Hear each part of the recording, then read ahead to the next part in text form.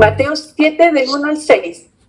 No juzguen para que no sean juzgados, porque con el juicio con que ustedes juzgan, serán juzgados, y con la medida con que miden, serán medidos. ¿Por qué miras la paja que está en el ojo de tu hermano y no miras la viga que está en tu propio ojo?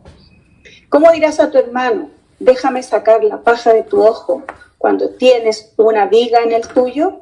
Hipócrita, saca primero la viga de tu propio ojo y entonces verás bien para sacar la paja del ojo de tu hermano. No den ustedes lo santo a los perros, ni echen sus perlas delante de los cerdos, no sea que las pisoteen y se vuelvan contra ustedes y los despedacen. Oremos.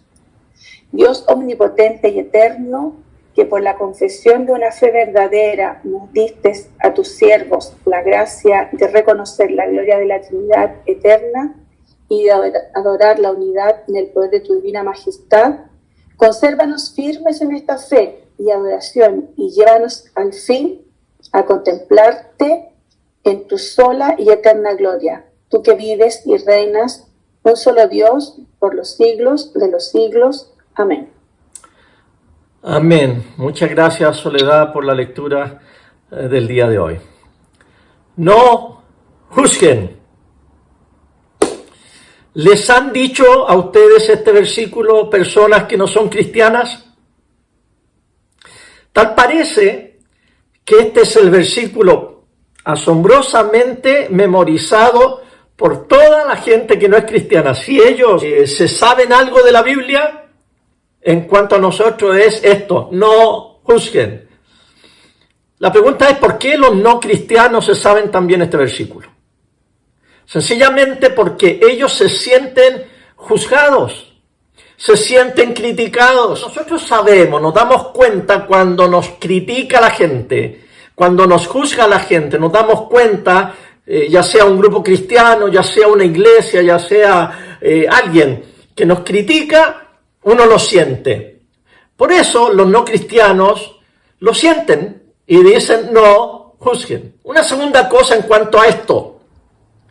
Lo que Jesús está diciendo aquí, ¿lo estamos interpretando correctamente? ¿O la gente que nos dice que no juzguemos está interpretando correctamente lo que Jesús dijo en el Sermón del Monte? Yo diría que sí. Tienen la razón. Creo que le han tomado el sentido a lo que Jesús dijo aquí.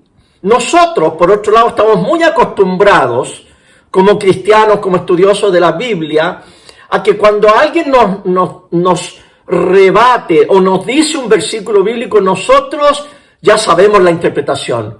Y tenemos esa tendencia a decir, pero eso no es lo que Jesús quiso decir aquí. Tengamos cuidado con esa tendencia de siempre saber lo que la Biblia quiere decir. Los no cristianos no están equivocados con la interpretación de este verso. En el tiempo de Jesús, la gente pecadora se sentía atraída hacia Él. No se sentían condenadas por el Señor. Al contrario, sentían una atracción. Ellos sentían que Jesús les daba la bienvenida. Pero hay algo diferente hoy día entre nosotros, que la gente pecadora no se siente bienvenida por los que nos decimos seguidores de Jesús. Al contrario, se sienten juzgadas por nosotros. Mientras más serio te pones, mientras más seria te pones con tu religión, más grande es la tendencia de juzgar a los demás. Ahora bien, yo sé que tú me vas a decir, yo no tengo religión. Yo no soy religioso, yo tengo una relación con el Señor. Pero espérate un momentito. Definamos qué es lo que es religión. Religión es tener un set de creencias acerca de Dios y tener una práctica de adoración y de culto a ese Dios. ¿Tienes tú un compendio de creencias en relación a Dios? Yo creo que sí, yo la tengo. Yo sé lo que creo acerca de Dios. ¿Y tienes tú una práctica de adoración?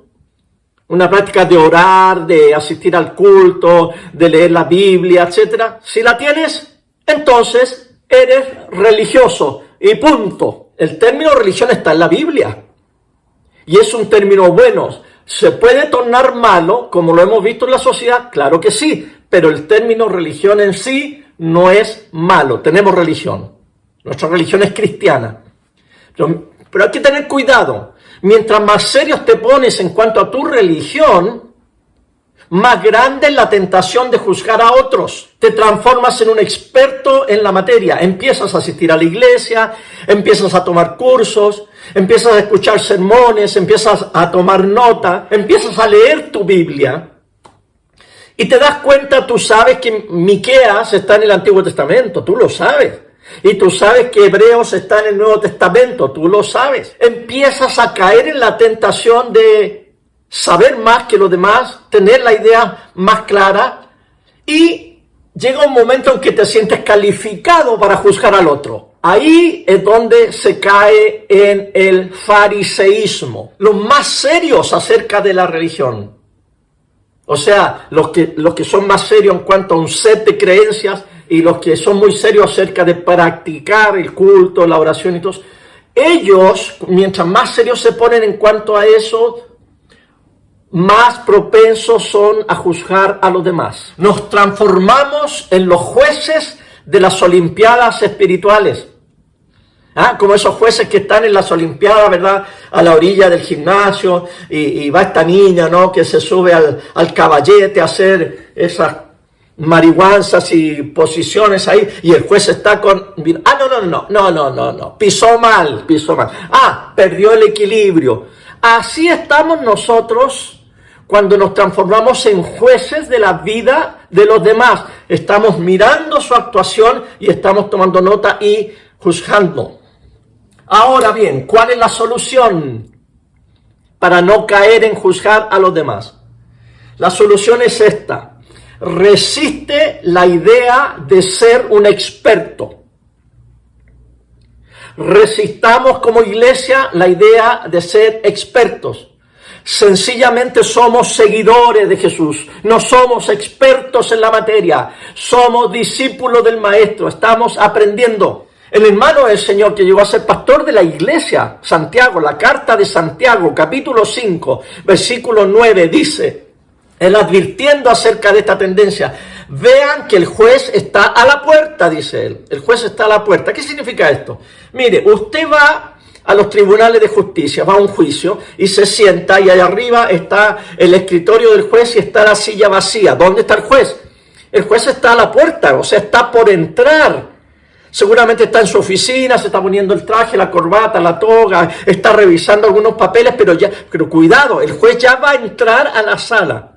¿Qué tal si tú, mientras te impacientas que el juez que se siente en su estrado, tú te subes ahí y te sientas en el estrado y empiezas tú a hacer, bueno, bien, ya que el juez no llega, vamos a empezar este juicio, y empiezas tú a hacer de juez?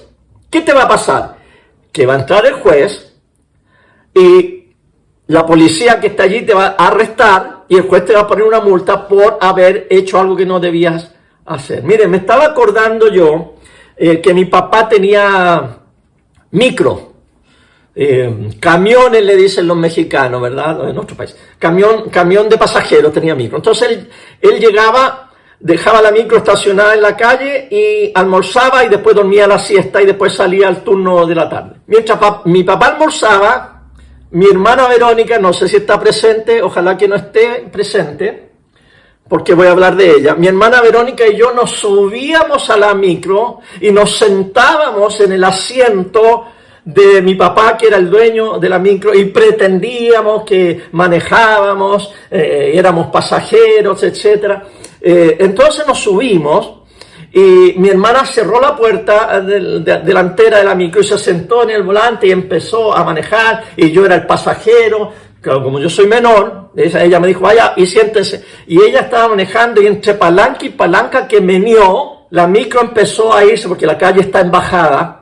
Empezó a irse, y nos empezamos a asustar, y cuando llevábamos más o menos media cuadra que la micro iba tomando vuelito, un vecino que nos vio se metió por una ventana de la micro y corrió y le frenó y le puso el freno de mano, y nos salvamos de un gran accidente. Me estaba acordando de esto porque si yo pretendo ser el chofer y no tengo licencia, si yo pretendo ser el juez y ni siquiera he ido a la universidad, estoy cayendo en un grave crimen espiritual en este caso. El Señor dice, no juzguen, no son jueces, no manejen, no saben manejar. Hoy en día está esta tendencia tan generalizada, producto de las redes sociales. Tenemos noticias, tenemos 24 horas de noticias. Tenemos internet, tenemos Facebook, tenemos Instagram, tenemos WhatsApp. Y ahí estamos dándole y mandando mensajes. Todo lo que nos llega, forward, mandando. Y otros, no, opinando. Todos somos opinólogos. Como que sentimos en nuestra sociedad la obligación de tener que opinar. No tienes que tener opinión de todo lo que pasa. Cuando juzgamos es porque queremos hacer valer nuestra opinión. Y cuando uno juzga, la categoría de la opinión siempre va en bueno y malo. Dividimos a los grupos entre gente buena y gente mala. Si ustedes ven a Jesús, a nuestro maestro, si Jesús tenía que hacer una diferenciación, que él no las hacía, pero si él la tenía que hacer, él dividía a la gente, pero no los dividía en buenos y malos. Él dividía a la gente entre humildes y orgullosos. Cuando yo juzgo, yo obviamente, claro, yo me tengo que poner entre las personas buenas, en las que tienen la razón. Y obviamente, claro, los demás, los que no piensan como yo, están equivocados y son los malos, buenos y malos. Pero al yo categorizarme como bueno, caigo en el pecado del orgullo. Y por lo tanto, caigo en el grupo de aquellos que el Señor los puso en contraposición a los humildes. Me he vuelto orgulloso, he juzgado. El Señor nos dice hoy, no juzgues. Pero bueno, pero que hay momentos en la vida en que uno tiene que juzgar. Ya vamos a llegar a eso. Lo primero que tienes que hacer siempre es poner atención a Jesús. No juzgues, dice el Señor. Empecemos siempre por ahí. Y especialmente no juzgues a las personas que no están en la iglesia. Pablo habla de esto. 1 Corintios 5, 12 y 13 dice, ¿con qué derecho podría yo juzgar a los de afuera? A los de afuera, dice Pablo, ya Dios los juzgará. Queridos, nosotros no estamos aquí en la tierra para hacer de nuestro país, de la nación donde nos tocó vivir. Dios no nos llamó a hacer de Chile una nación cristiana. O allá la Glorita que está viéndonos desde Estados Unidos. Esto es muy delicado porque en Estados Unidos hay pastores que dicen que los Estados Unidos de Norteamérica son una nación cristiana. No existe tal cosa como una nación cristiana. No existe. No puede existir. Los cristianos no estamos aquí en la tierra para ser de Chile o de cualquier país una nación cristiana. Nosotros estamos aquí en la tierra, puesto por el Señor Jesús, para hacer, construir, crear la iglesia cristiana. No se puede crear una nación cristiana por medio de la legislación. No se puede introducir el cristianismo en una nación por medio de leyes o reescribiendo una constitución política. ¿Cómo se hace cristiano uno? Uno se hace cristiano creyendo, arrepintiéndose, confesando a Jesucristo y bautizándose. Así uno se hace cristiano. Ahora tú puedes aprobar leyes, tú puedes elegir constituyentes, puedes redactar una constitución y puedes poner en esa constitución que Chile se declara una nación cristiana y nada de eso hará de Chile una nación cristiana porque no existe tal cosa. Lo único que puede ser cristiano, cristiana, es una persona. Es una persona que se bautiza en Cristo. Una persona a la vez. Esa persona que es obediente al señorío de Jesucristo se junta con otros que somos obedientes a Jesús y formamos la iglesia cristiana.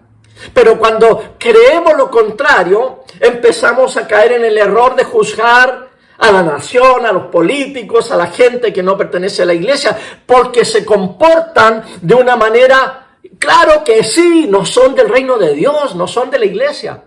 Otra vez, alguno dirá, pero debe haber alguna situación en que tenemos que obligadamente juzgar. Pero no se olviden de lo primero. Lo primerito que dice el Señor, no juzguen. Eso es lo primero, eviten juzgar. Segundo, y sigue el versículo 2, de Mateo 7. Aquí el Señor dice, bueno, si van a juzgar o si se van a poner en el lugar de juez, piensen en esto. Con el juicio con que juzgan, serán juzgados, y con la vara con que miden, serán medidos. Claro, porque cuando nosotros juzgamos tenemos dos maneras. O somos indulgentes, o somos estrictos. Por un lado, si somos indulgentes, misericordiosos, y juzgamos, le podemos dar a esta persona el beneficio de la duda. Podemos ser misericordiosos con el que estoy juzgando. Puedo decir yo, bueno, en realidad las intenciones que tenía esta persona eran buenas. ¿Se acuerdan que la otra vez les dije que siempre juzgamos a los demás por sus hechos? Pero a nosotros nos juzgamos por nuestras intenciones, no por los hechos. Claro, cuando caemos en algo, en un pecado, en una maldad, en un crimen, en lo que sea, nos justificamos. Es que en mi corazón yo pensaba que esto iba a salir de esta manera. Es que yo no quise hacer daño. Mi intención no era esta.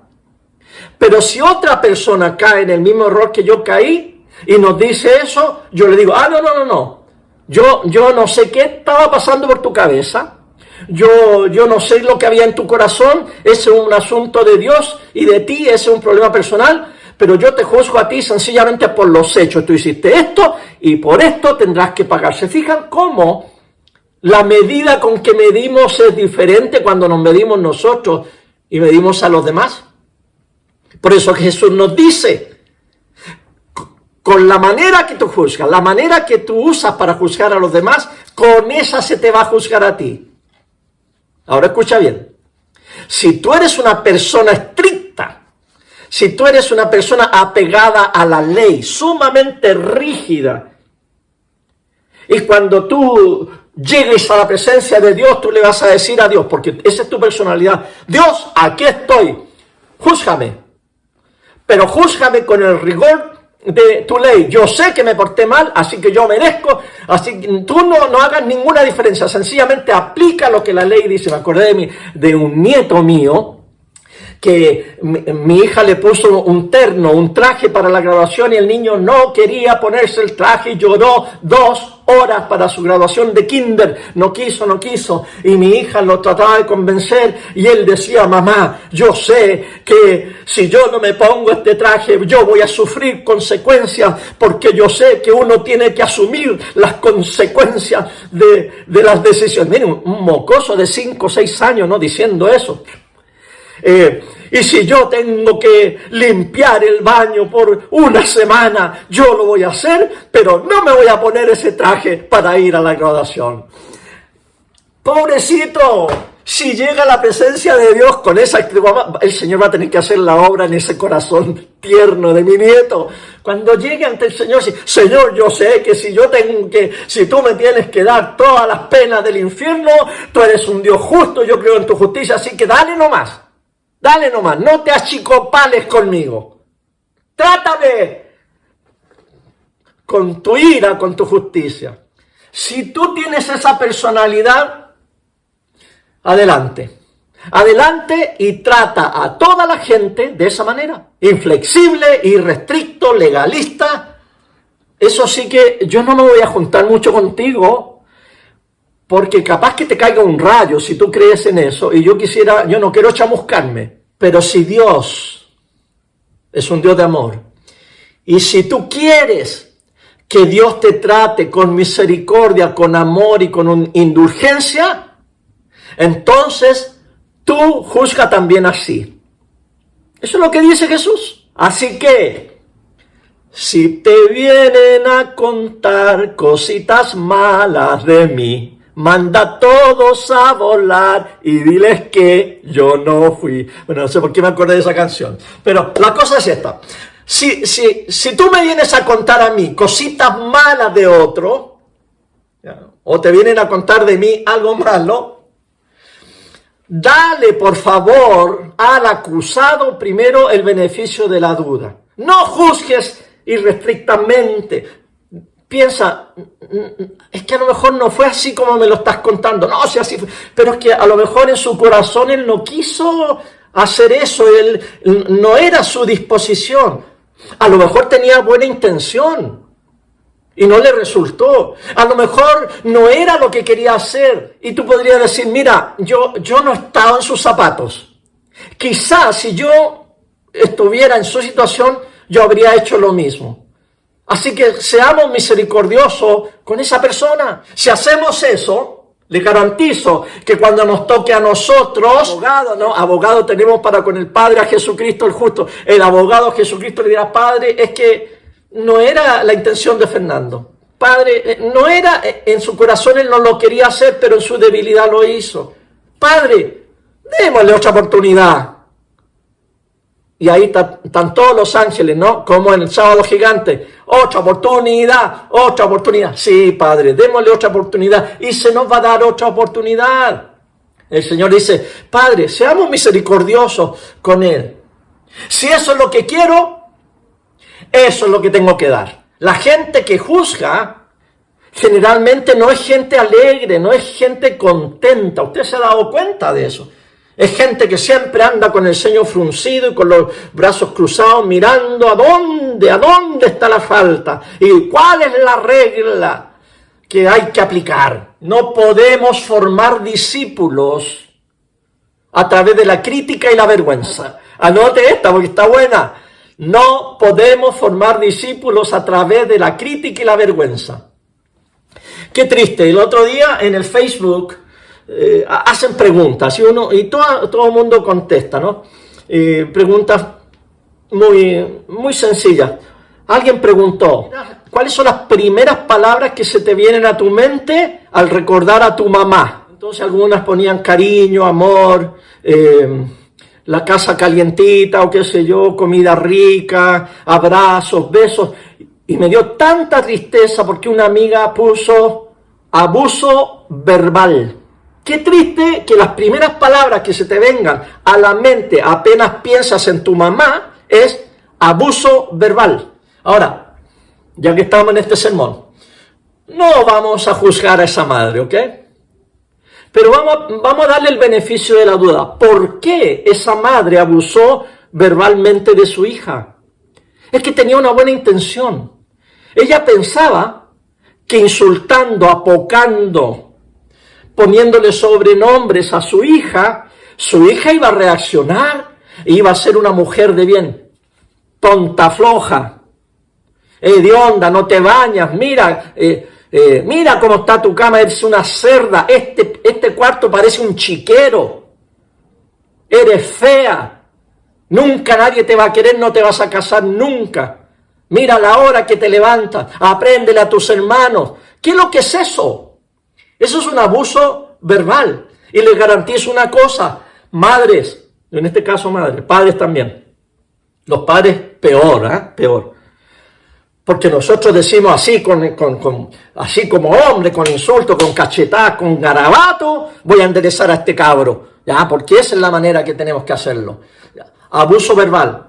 Ahora otra vez, no voy a juzgar porque es posible que lo hicimos y vamos a dar el beneficio de la duda.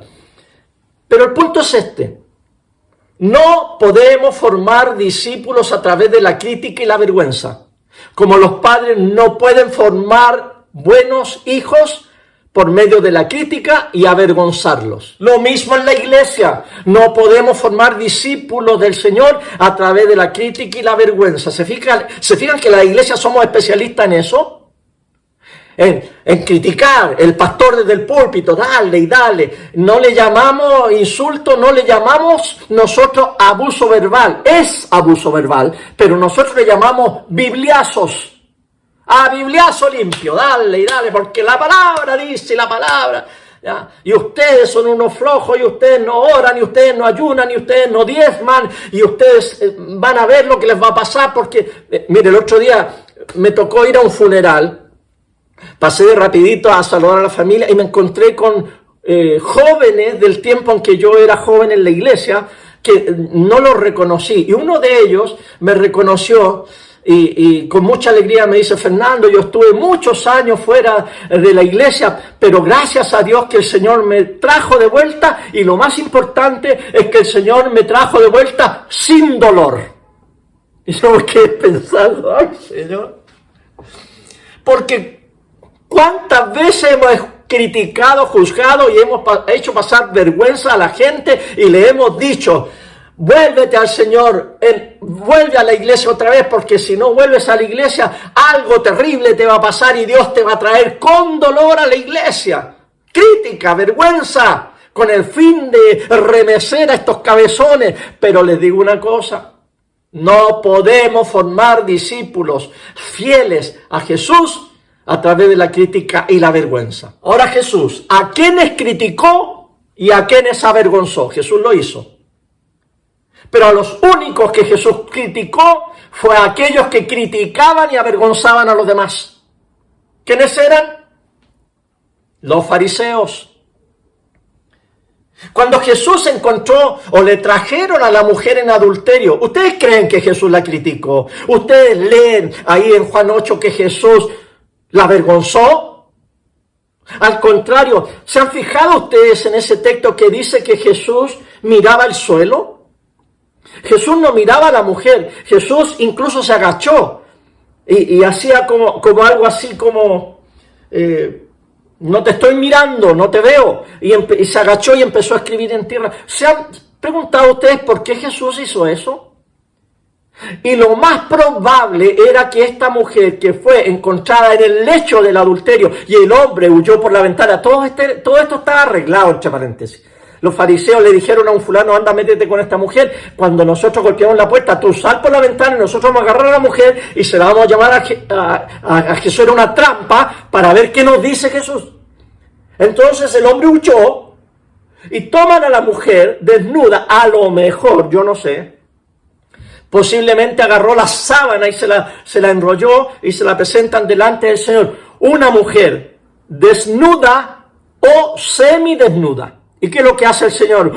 ¡Uy, miren esta mujer, la manera que está vestida o desvestida! ¡Mírenla! El pelo todo suelto, ¿ya? Se le soltaron las trenzas. ¡Miren a esta mujer! Lo que hace Jesús, sencillamente hace esto. Y se agacha y mira el suelo y empieza a escribir en el suelo.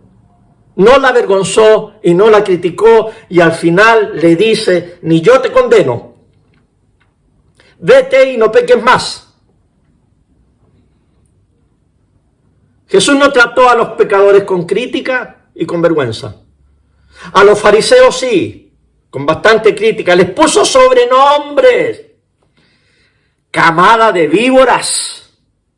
Ustedes son sepulcros, por fuera blanquitos por fuera, pero por dentro ustedes son un montón de carne podrida y agusanada. Esos son ustedes. Duro con ellos. Pero solo lo hizo con los criticones y con los que usaban la vergüenza para avergonzar y criticar a los demás. La semana pasada, Gerardo nos dijo que no nos preocupáramos por nada, ni por lo que íbamos a vestir, comer o beber, porque el Padre que está en los cielos tiene cuidado de todas nuestras necesidades. Cuando tú y yo tenemos la tendencia a criticar y a juzgar a los demás, demostramos una ansiedad profunda de querer controlar. Lo contrario a la fe es una ansiedad, una necesidad que tenemos de controlar. Nos ponemos nerviosos porque estamos inseguros. Y ahí salen en la iglesia los inseguros y dicen: No. Si aceptan en la iglesia a este tipo de gente, hay que tener cuidado. Ahí va a salir otro que dice, si ustedes no se ponen más estrictos, no hay más control aquí en la iglesia, no, esto no va bien. Hay otro que dice, a ver, si no corrigen la doctrina que están predicando, esto no va por el camino correcto. Eso demuestra una tremenda inseguridad de la persona que juzga, porque no se siente amada totalmente, no se siente segura y en libertad total. Hay una ansiedad de querer controlar. Si no se hace como yo pienso que tiene que hacerse, esto va mal. Mateo 7:3. Y aquí está la razón. ¿Por qué no debemos hacer eso? ¿Por qué miras la paja que está en el ojo de tu hermano y no miras la viga que está en tu propio ojo? ¿Cómo dirás a tu hermano, déjame sacar la paja de tu ojo, cuando tienes una tremenda viga en el tuyo? Hipócrita, saca primero la viga de tu ojo y entonces verás bien para sacar la paja del ojo de tu hermano. Esto que está diciendo el Señor es un humor, un tremendo sentido del humor, es un chiste, es una caricatura, es un absurdo. Uno se pregunta, ¿cómo puedes tú tener una viga en tu ojo y no darte cuenta? Es lo más absurdo tener algo tan grande en tu ojo y no darte cuenta. Sin embargo, así son las personas que juzgan a los demás. ¿Y qué es una viga en tu ojo? Es un orgullo espiritual. Es una autosatisfacción. Yo estoy bien, yo estoy en lo correcto. Es una arrogancia. Puedes tener esas tremendas bigotas en tus ojos y no darte cuenta. La gente pecadora se da cuenta que son pecadores, no tienes que andarles diciendo. Los alcohólicos saben que son borrachos y saben que tienen un problema. Los drogadictos saben que son adictos a una sustancia, les da vergüenza y lo reconocen que son drogadictos. Los que han caído en adicciones sexuales saben que están en adicción sexual, lo reconocen. Pero los orgullosos espirituales, los arrogantes, Señor, qué difícil es que esa gente pueda entender que son pecadores. Es casi imposible que un arrogante y un orgulloso espiritual lo reconozca. Por eso es que el Señor Jesús dijo en Mateo 21:32, que los cobradores de impuestos y las rameras les llevarían la delantera hacia el reino de Dios a los fariseos. ¿Quiénes son los recaudadores de impuestos? La gente secular, los que no tienen nada que ver con la religión. ¿Y quiénes son las rameras? La gente inmoral. Y Jesús le dice, miren, los seculares y los inmorales van adelantito de ustedes, van más adelantados que ustedes en este asunto de recibir el reino de los cielos. Ahora, el reino de Dios no quiere decir que cuando se mueran, que se van allá arriba, que Dios lo tenga en su santo reino. Se trata de aquí abajo. Jesús está hablando de aquí abajo. De entrar aquí abajo en el reino de Dios es entrar en esa manera alternativa de vivir la vida en completa obediencia a Jesucristo. Aquí, en la tierra. Aquí es donde Dios perdona a los seculares, donde Dios perdona a los inmorales. Y aquí es donde los fariseos y los orgullosos espiritualmente chocan con este reino de amor y son repelidos. Ser malo no es un obstáculo muy grande para entrar en el reino de Dios. Pero ser orgulloso y criticón es un tremendo obstáculo. Mateo 7:6. No den ustedes lo santo a los perros, ni echen sus perlas delante de los cerdos, no sea que las pisoteen y se vuelvan contra ustedes y los despedacen. Pues bien, es posible que tú no seas un fariseo arrogante, tienes perlas que son beneficiosas para otras personas, pero el Señor dice, esas perlas de sabiduría, de conocimiento de Dios, eso tan bonito que tienes, no los malgastes con gente que no tiene absolutamente ningún interés en tus perlas de sabiduría para que sus vidas sean transformadas. No se las des a los chanchos. Los chanchos no están interesados en perlas. Oye, pero otra cosa, no le andes diciendo chancho a la gente que no te escucha, porque esa es otra arrogancia. Ponlas en tu bolsillo, guárdatelas. Quizá más adelante esa gente querrá interesarse y pedirte consejo. Los que estudiamos los libros históricos y proféticos, ¿se recuerdan del rey Ezequías, que el Señor le extendió su vida 15 años? Y en los 15 años lo único que hizo fue meter la pata. Una de las patas que metió fue que lo vinieron a visitar los babilonios y abrió sus tesoros y les mostró sus perlas. A todos, miren toda esta riqueza. Oh, qué interesante, decían los babilonios. Y miraba todas las copas de oro, las perlas, todos los escudos que tenía el rey. ¿Qué? Muy bien. ¿Qué pasó? Que cuando Isaías le dice, ¿quién eran esos que andaban allí contigo? Son los babilonios. ¿Y qué andaban haciendo? Me vinieron a felicitar porque me sané y yo les mostré toda mi riqueza. Y le dice Isaías, yo creo que como Jesús, no les muestre las perlas a los chanchos.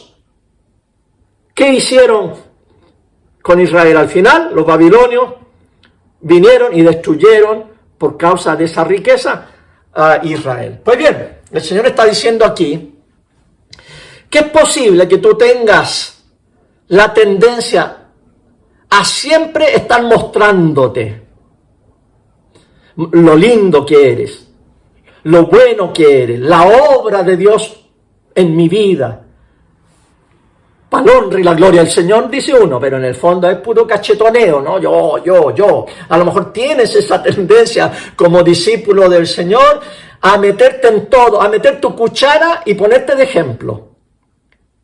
Si yo cuento algo de mis hijos, termino la frase y tú, sí, es que mi hijo, fíjate que mi hijo y también es tu hijo.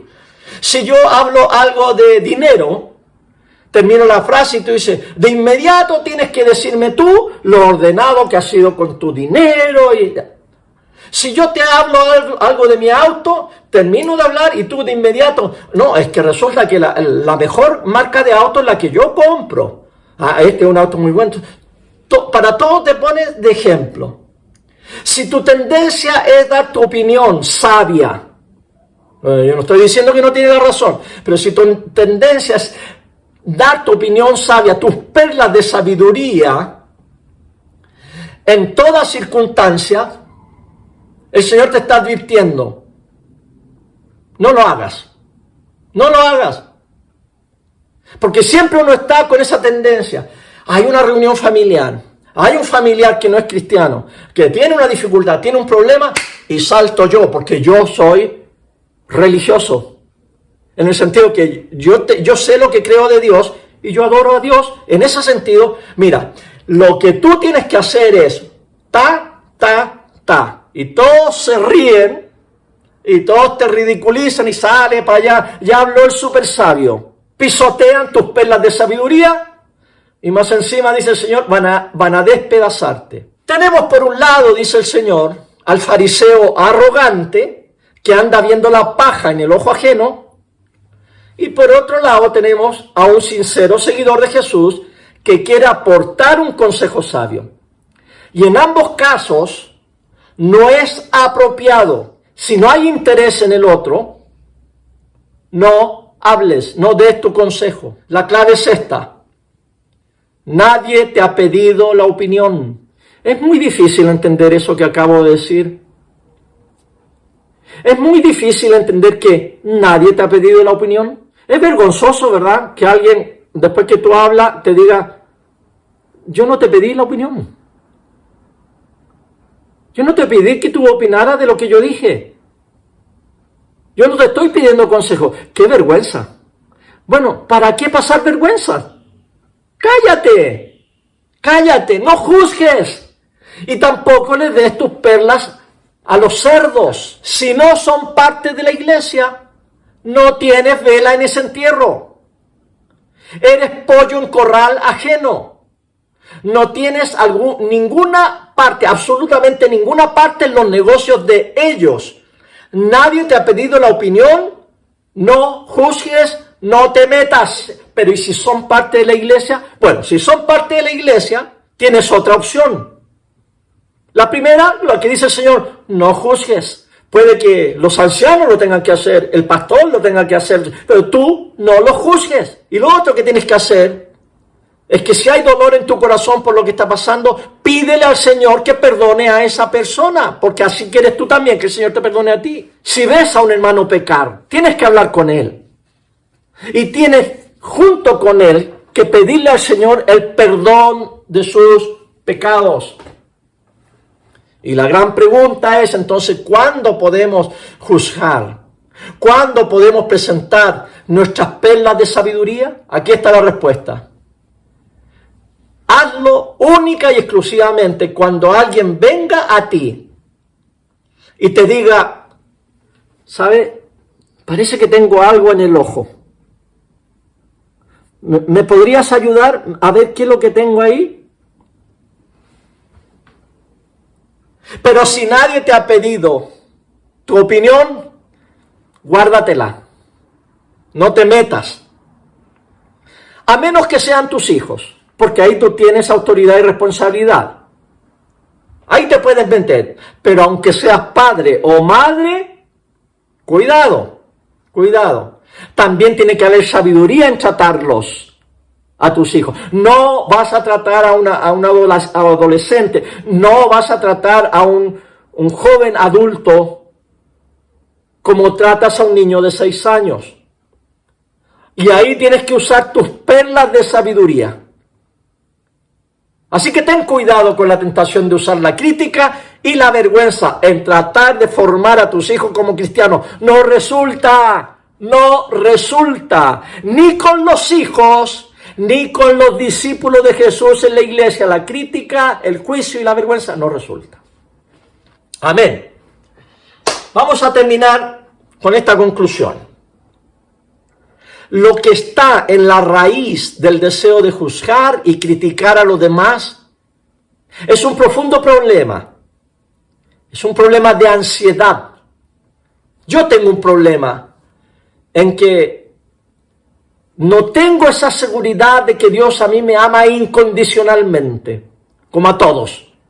Entonces, como tengo este problema bullendo aquí en mi corazón, entonces yo me torno criticón, juzgador, y las perlitas de sabiduría se las quiero dar a todo el mundo, porque estoy inseguro. ¿Inseguro de qué? Inseguro de que Dios me ama incondicionalmente. No. Tiene que haber una condición que Dios me ha puesto para amarme, porque es imposible que Dios me ame a mí incondicionalmente. Y esa condición que tú crees que Dios te ha puesto para amarte es que tú tienes que ser mejor que los demás. Ese es el engaño de Satanás. Y eso es lo que nos hace juzgar a los demás. Lo hermoso es que Dios no es así. Dios es como Jesús. Dios siempre ha sido como Jesús. No ha habido un momento en la historia humana en que Dios no haya sido como Jesús. No todo el tiempo lo supimos, pero ahora lo sabemos. Dios es como Jesús. Padre, y en el nombre de tu Hijo Jesús, venimos a tu presencia a rogarte que tu Santo Espíritu sea el que transforme nuestra mente y nuestro corazón. Que, Señor, tú deshagas ese corazón de piedra, orgulloso y duro, y lo transforme en un corazón humano de carne, sensible y misericordioso. Transfórmanos por medio de la renovación de nuestro entendimiento para que sepamos cuál es la voluntad tuya, Señor, santa, agradable y perfecta, que es nuestro culto racional. Y a Jesucristo el Señor sea toda honra, gloria, imperio y alabanza por los siglos de los siglos. Amén.